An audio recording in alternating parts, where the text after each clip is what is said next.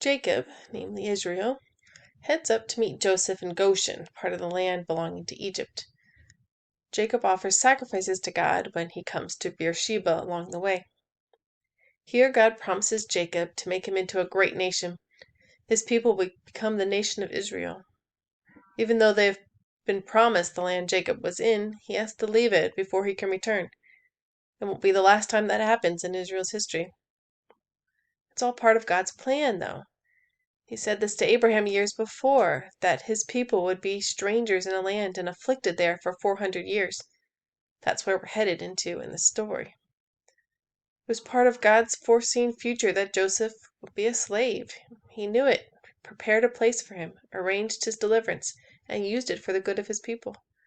It was part of God's foreseen future that the Israelites live as foreigners and become afflicted. He prepared a place for them, arranged for their deliverance, and used it for the good of his people, not just at that time, but for all time. God is big. He sees the sin of man. He saw the sin of Joseph's brothers. He didn't stop them. He used it for the good of everyone, but that doesn't mean their sin was his desire.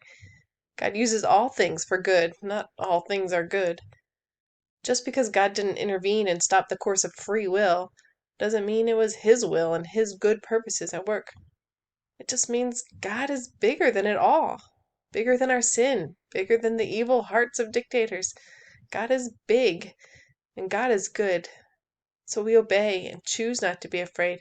We trust our God, our deliverer, our provider, our good Father.